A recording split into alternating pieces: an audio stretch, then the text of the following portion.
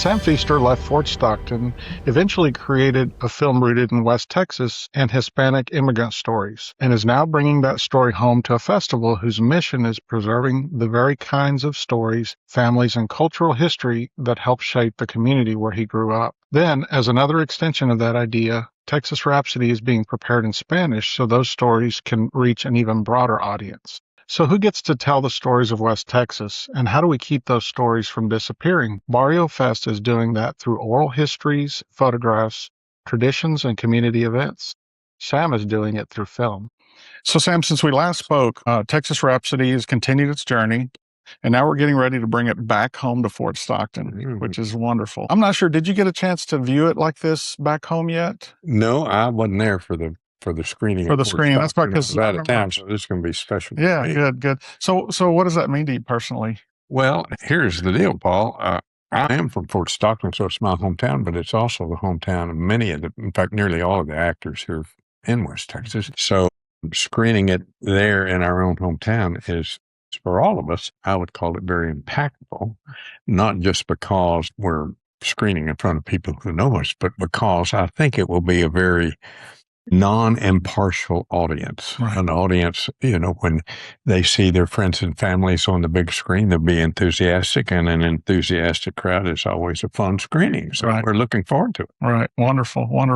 So one of the reasons we're doing this is Barrio Fest, which is it's an entertainment festival, which is an annual thing that's been a big part of the community. One of the missions they have is preserving history and stories of Fort Stockton's Mexican-American community.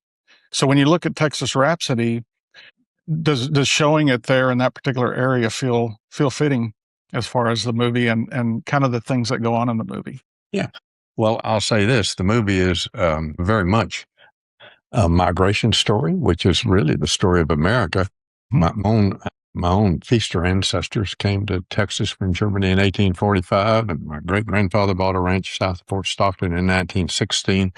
What's more impactful, I think, though, for the Mexican-American community is that their connections to who migrated to Texas and ended up in Fort Stockton. Their stories are much more recent. It's the stories of their grandparents or their parents, and often for them. In fact, I think everyone who's in that first scene in the cattle trailer, I think all of them are first-generation immigrants to West Texas who ended up in Fort Stockton. So I think it will reflect their history and their recent history in a way that I think that they'll really make them think about their own history. Yeah, I think it does encapsulate a lot of the history in the town, in the area, but also Texas as well. I mean, we are, not only is it, like you said, the country, but Texas in general, and in West Texas, we have a little bit different. Like you said, there's migrants from all over the world that have made who we are, which is a special thing. Well, that's true. I also think Fort Stockton is part of what is kind of a mixed culture called the borderlands, which is both Mex-Tex and Tex-Mex. We use interchangeable languages. Most of us who grew up in Fort Stockton know a bunch of at least cuss words in Spanish, which I do. I would call it, when I was growing up, more of a layered salad, and today it's a mixed salad more, but it's this transitional borderlands in which the Mexican-American and the Spanish-speaking culture has not only had a major influence, but now I think a dominant influence, which is great for Texas, and it's great for them to see a story about, hey, who we are and how we got here. Right. Wonderful. So Barrio Fest actually grew out of people rediscovering their own family photographs, stories, and realizing that some of that history could have easily been lost. So as a filmmaker, do you see any similarity between preserving those personal stories and what you're trying to do with Texas Rhapsody? Well, one of the overarching goals of Texas Rhapsody was authenticity. So when I met the three primary protagonists, Harvy from Nicaragua, Sergio, the pianist from Venezuela, and my good friend Hunter Enis from Fort Worth, but he's drilling wells at West Texas. It seemed like all I had to do was connect the dots and to get real people to play themselves in their own real stories, I think has an authenticity that I hope and expect will strike the heart chords in many of them, because it's it's really their story and it's our story. And it's real. It actually happened. Those are the people who live their stories. Right. Wonderful. So one of the things that we're working on right now is converting the movie into a Spanish language version. So why do you think that's important? You talked a little bit about the language and the culture and the things that have changed, but for the movie, why do you think that's an important piece of it? Well, for a couple of reasons. Number one, which is an easy answer, is that Harvey and his family were Spanish speaking, and when they came here, only Harvey could speak a little Spanish, could speak a little English. So it's their mother tongue, as it is also Sergio, who grew up in Venezuela speaking Spanish. He didn't come here till he was 13. And the chef who's in it, Carlos, he's from Argentina. He's Spanish speaking. So, the Spanish speaking community, the Spanish speaking population, I think, will be attracted to it when it is in their own language. And it's a language that's fundamental to our whole story, because really Sergio, who came here as a legal child prodigy, and Harvey, who came here as an illegal asylum seeker from Nicaragua, well, golly, they are Spanish speaking, and when one came to Miami, Harvey crossed the Rio Grande. It's our story, and it's their story in a way that I think Spanish speakers will appreciate it in their own language. Right. Make a significant connection to Make a significant connection, yeah. So considering the cultural background of the story, there's different things going on, different dynamics. You just talked about the two, and then you have Hunter in the story and his story of how he got there. What do you think the cultural differences are in bringing? You talked a little bit about bringing those characters together, and it just worked. What do you think made that happen? Well, let me say this. I didn't know it was going to work. What made it work was really Taylor Stanley, the director, who was so wonderful and really made the movie for what it is. But there was this odd convergence in Big Spring, Texas. It was where Harvey was going to meet his wife and children. It was where Sergio, the pianist, had bought 300 acres, sight unseen, over the internet one night on impulse. And it was also where Hunter Enis had ceased the whole town and was drilling wells. And one interesting little anecdote about Hunter, when we were making the movie, when you're making a movie, a lot goes wrong. You kind of sail by the seat of your britches.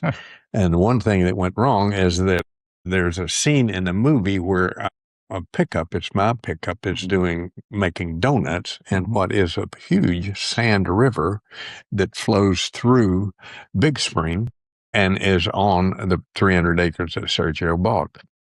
I told the young man who was driving my pickup, don't stop because you'll get stuck. Well, he got stuck. Yeah. And then I got Hunter to get his pickup to go rescue my pickup, and he got stuck. And then there was a front end loader with huge tires, and they said, we can get you out. And he got into the sand and he got stuck. And then there was a four-wheeler who came streaming by and he got stuck. And so it took a bulldozer to get all four of us out. And here's the really fun and anecdote is that the helper on the bulldozer, who was hooking up all of our vehicles to drag them back to dry ground, was a young, overweight Hispanic guy who was sweating like a glass of lemonade outside on a lemonade stand. And I asked him, I said, hey, you got any of that oil money? Because Hunter's now drilled over 20 wells and he's distributed over $125 million to the town of Big Spring, who are mostly Spanish-speaking Americans.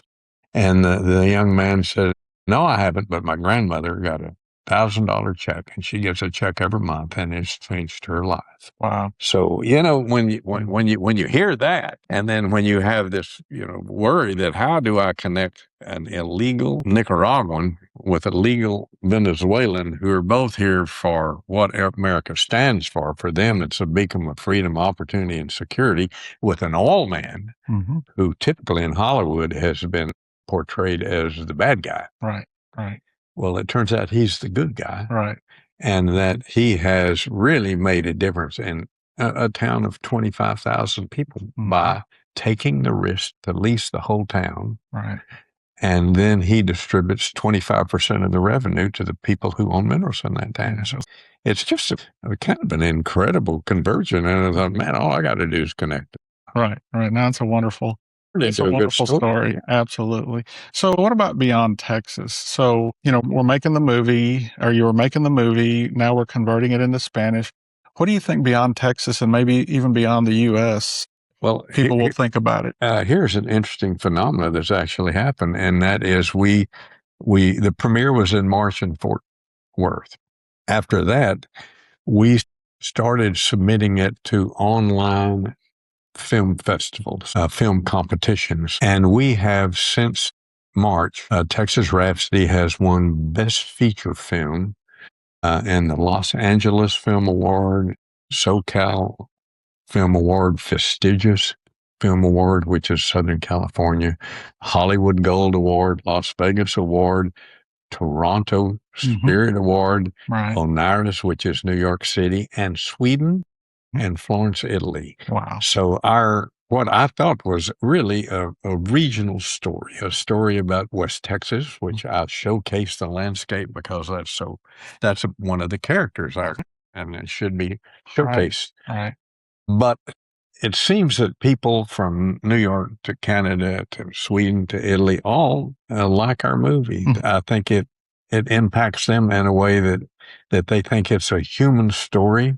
And I have great hopes that people all over the world with your help will be able to watch our movie, and many of them will like it. Yeah, and maybe in other languages as well, make it a little bit more of a international film, if you will. It's a regional theme with a universal message. Right. Wonderful. So when you sit down at Barrio Fest in September and we watch the film in Fort Stockton, there'll be people from our community, from Fort Stockton, where you grew up.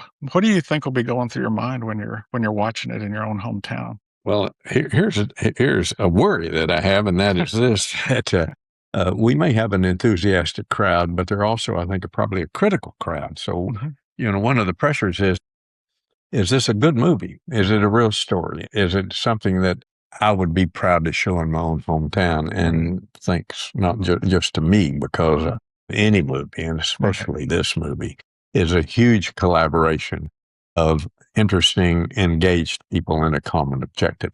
Right. And so, the hope is that the more critical they are, the more they'll realize it's a movie about West Texas and West Texans, but that it is so well done that it'll play on the world stage. We're going to find out. Yeah, and I have no doubt it's going to be well received, but I do think there'll be some really strong eyes paying attention, but at the same time they can be proud of a hometown hero and somebody that cares about his West Texas, and you talk about it all the time, so I think that's wonderful. Well, and I would make heroes plural. The people who are in the movie are the real heroes. Correct. That's fair.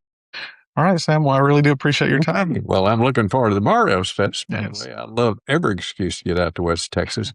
By the way, I want to quote, but it's one of my favorite quotes from T.S. Eliot, because I'm in the oil and gas exploration business. And this little statement of his also, I think, sums up a lot about Texas Rhapsody. And it is from T.S. Eliot: "We shall not cease from exploration, and the end of all of our exploring will be to arrive where we started and know the place for the first time. Through the unknown remembered gate, when the last of earth left to discover is that which was the beginning." So I think, Texas Rhapsody is going to remind us about where we started. And in a way, I kind of had to leave Fort Stockton to appreciate Fort Stockton. When I was growing up, all I could think of was to go east of the Pecos River and get the heck out of Dodge. Right. And now I can't wait to come home, and I'm looking forward to the Barrio Festival. Wonderful. Thank you.